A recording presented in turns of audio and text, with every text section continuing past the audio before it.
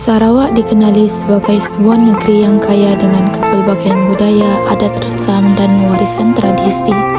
Di sebalik pembangunan moden yang pesat, masih wujud amalan tradisional yang diwarisi secara turun-temurun dan menjadi identiti kepada masyarakat setempat. Amalan ini dikenali sebagai warisan budaya tidak ketara.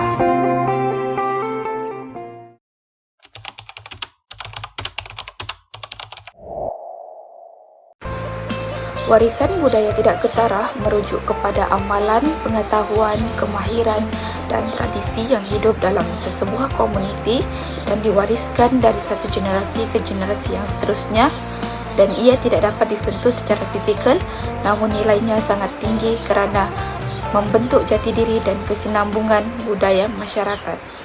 Salah satu contoh warisan budaya tidak ketara yang masih diamalkan di Sarawak ialah penghasilan gula apung. Gula apung merupakan sejenis gula tradisional yang dihasilkan daripada nira pokok nipa. Di sebalik rasa manisnya, gula apung menyimpan sejarah, pengetahuan tradisional dan identiti masyarakat Sarawak yang wajar dipelihara.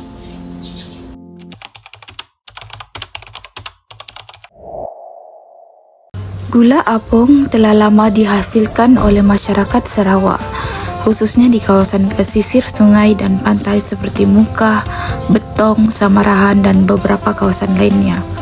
Pokok nipa yang tumbuh subur di kawasan paya dan muara sungai menjadi sumber utama penghasilan gula ini. Sejak dahulu, gula apung bukan sahaja digunakan sebagai bahan pemanis, malah menjadi bahan utama dalam pelbagai makanan tradisional Sarawak seperti kuih muih, cendol, minuman tradisional dan juga pencuci mulut. Ia menjadikan sumber pendapatan sampingan kepada penduduk kampung khususnya.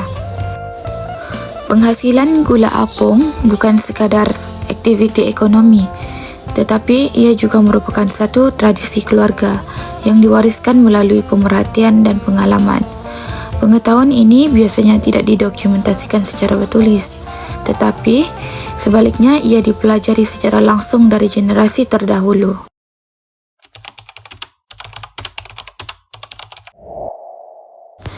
Gula apung boleh dikategorikan sebagai warisan budaya tidak ketara kerana ia memenuhi beberapa elemen utama warisan tersebut. Yang pertama, dari sudut pengetahuan tradisional, penghasilan gula apung memerlukan kefahaman mendalam tentang pokok nipa, masa sesuai untuk menoreh serta cara menjaga kualiti nira.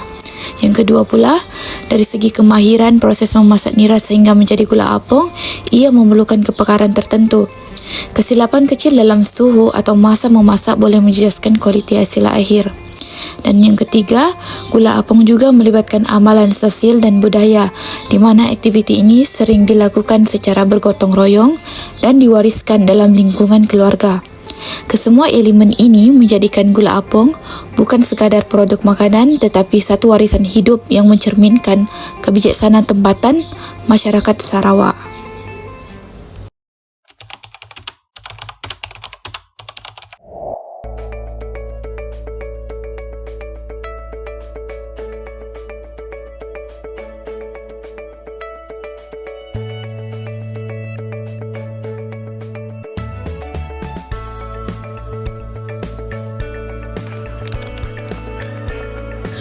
Proses penghasilan gula apung bermula dengan kawasan nipa.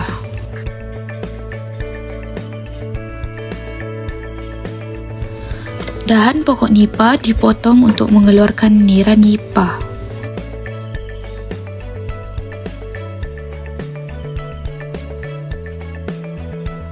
Kemudian bekas buluh digunakan untuk mengumpul nira nipa yang akan diperolehi pada waktu petang pada kebiasaannya.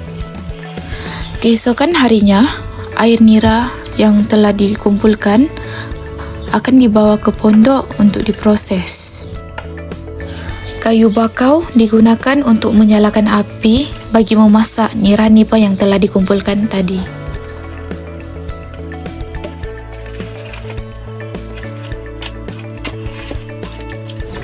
Kawah besar juga perlulah disediakan untuk menjalankan proses seterusnya.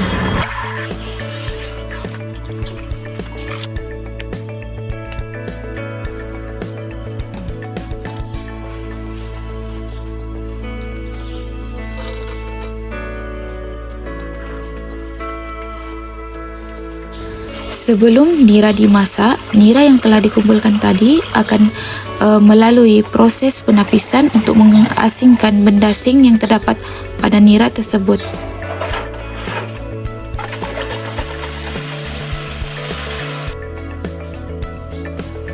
Setelah semuanya sudah selesai, proses memasak nira nipah boleh terus dilaksanakan dan pada kebiasaannya, proses memasak ini mengambil masa dalam tempoh 7 jam untuk menjadi gula. Apabila gula siap dimasak, sumber haba akan dialihkan untuk menjalankan proses pengacauan gula apung tersebut.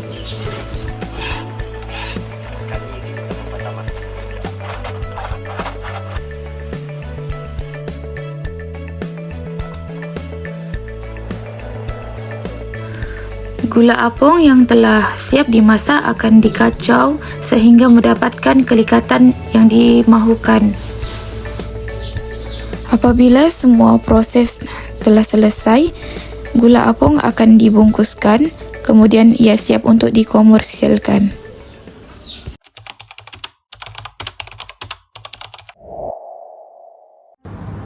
Gula apung mempunyai potensi besar sebagai sumber warisan yang boleh dimajukan secara lestari.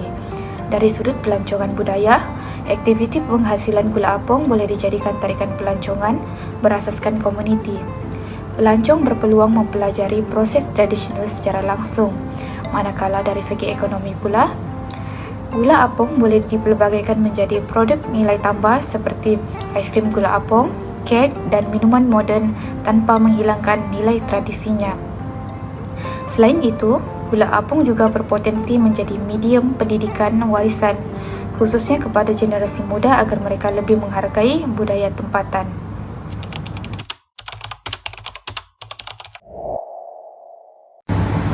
Walau bagaimanapun, warisan gula apung berdepan pelbagai cabaran seperti kekurangan penglibatan generasi muda, persaingan produk moden dan kurang dokumentasi formal. Jadi, bagi memastikan kelestariannya, beberapa strategi pengurusan warisan perlu dilaksanakan. Antaranya ialah dokumentasi sistematik, sokongan pihak kerajaan dan NGO, serta pendidikan berurusan kepada masyarakat. Pengkomersialan secara beretika juga adalah penting agar nilai budaya tidak dapat dikorbankan demi keuntungan semata-mata.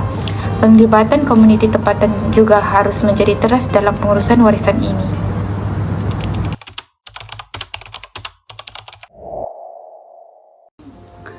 Kesimpulannya, gula apung merupakan warisan budaya tidak ketara yang mencerminkan identiti, pengetahuan dan kebijaksanaan masyarakat Sarawak. Ia bukan sekadar pemanis makanan, tetapi ia juga merupakan simbol kelangsungan budaya dan kehidupan komuniti setempat. Pemeliharaan warisan ini memerlukan kerjasama semua pihak agar gula apung ini terus diwarisi dan dihargai oleh generasi yang akan datang.